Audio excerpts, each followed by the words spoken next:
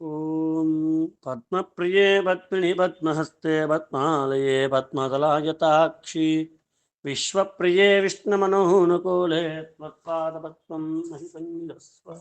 ఓం ఈశానాం జగతోస్య వెంకటపతేర్విష్ణోః పరాం ప్రేయసీం తద్వక్షస్థలనిత్యవాసరశిఖాం తక్షాంతి సంవర్ధినీం పద్మాలంకృతపాణిపల్లవయుగాం పద్మాసనస్థాం శ్రియం వాత్సల్యాదిగుణోజ్వలాం భగవతీం వందే జగన్మాతరం. ఓం శ్రీసశ్రియా ఘటికయా త్వదుపాయ భావై ప్రాప్యే త్వయి స్వయముపేయతయా స్ఫురంత్యా నిత్యాశ్రితాయ నిరవధ్య గుణాయ తుభ్యం స్యాం కింకరో వృషగిరీశ నజాతు భక్తిం. ఓం శ్రీమాత్రే నమః. కర్పూరమంగళ దివ్య నీరాజనం సమర్పయామి. మానాతీతః ప్రధిత విభవా మంగళం మంగళానాం వక్షః పీఠిం మధు విజయనో భూషయంతిం స్వకాంత్యా ప్రత్యక్షాశ్రవిక మహిమా ప్రార్థినీనాం ప్రజానాం శ్రేయో మూర్తి శ్రియమశరణస్త్వాం శరణ్యాం ప్రపత్తి.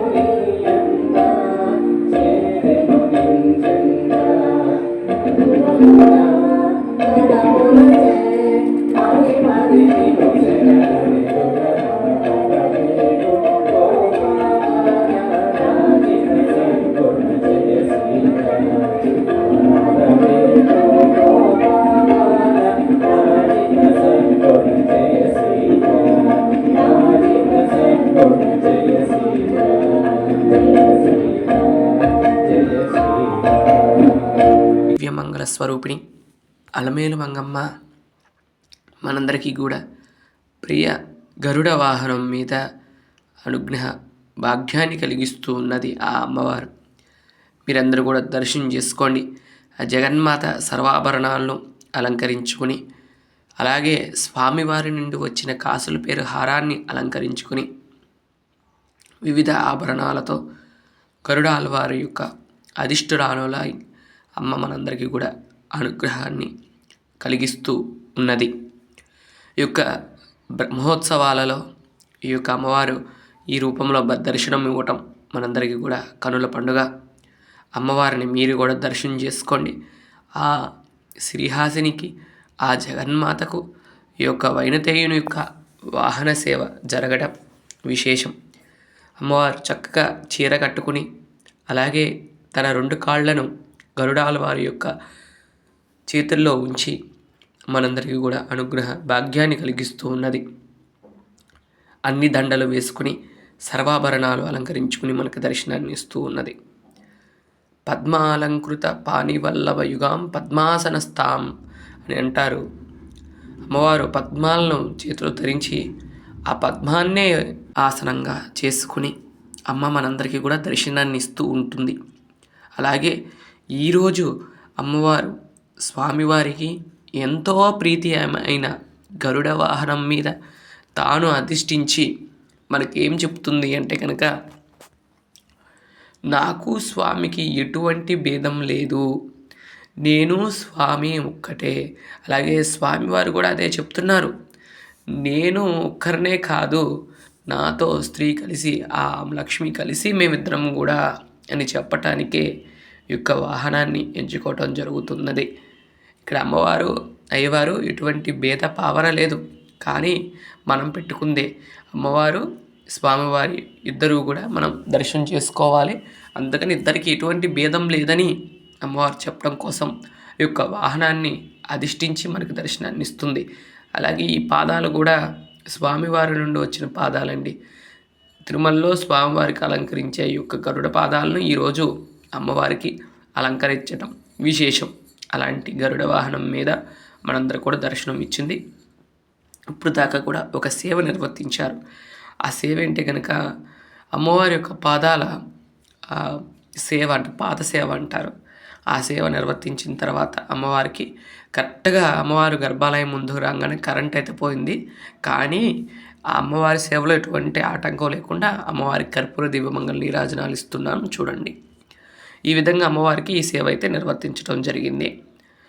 ఇందాకలా అమ్మవారి యొక్క పాదాలను పట్టుకోవటం మనం చేసాం కదండి, అంటే ఒత్తటం.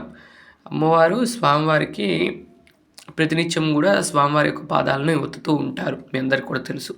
అలాగే ఆ జగన్మాత మన కోసం ఇక ఈ గరుడ వాహనం మీద దర్శనమిస్తున్న అమ్మవారి యొక్క పాదసేవ చేసుకుంటే సాక్షాత్ ఆ నారాయణుడి యొక్క పాదసేవ చేసుకున్నంత ఫలితాన్ని ఇస్తుంది. అందుకని అమ్మవారి యొక్క పాదసేవన అక్కడ చేసి అక్కడ నుండి కూడా బయలుదేరి అమ్మవారి వాహన మండపంతో చేరుకోవటం. ఈ యొక్క వార్షిక బ్రహ్మోత్సవాలలో, ఈ యొక్క కార్తీక బ్రహ్మోత్సవాలలో 6వ రోజు సాయంత్రం జరిగిన ఈ యొక్క వాహన సేవను మీ అందరూ కూడా దర్శనం చేసుకొని వైనతేయుడి యొక్క అనుగ్రహ భాగ్యాన్ని మీరు కూడా పొందాలని కోరుకుంటున్నాను. ఇదండి ఈరోజు వీడియో. మీకు ఎలా అనిపించింది ఈ వీడియో తప్పకుండా కామెంట్ చేయండి. మరొక మంచి వీడియోతో రేపటి వీడియోలో కలుస్తాను. అంతవరకు సెలవు. నమస్కారం.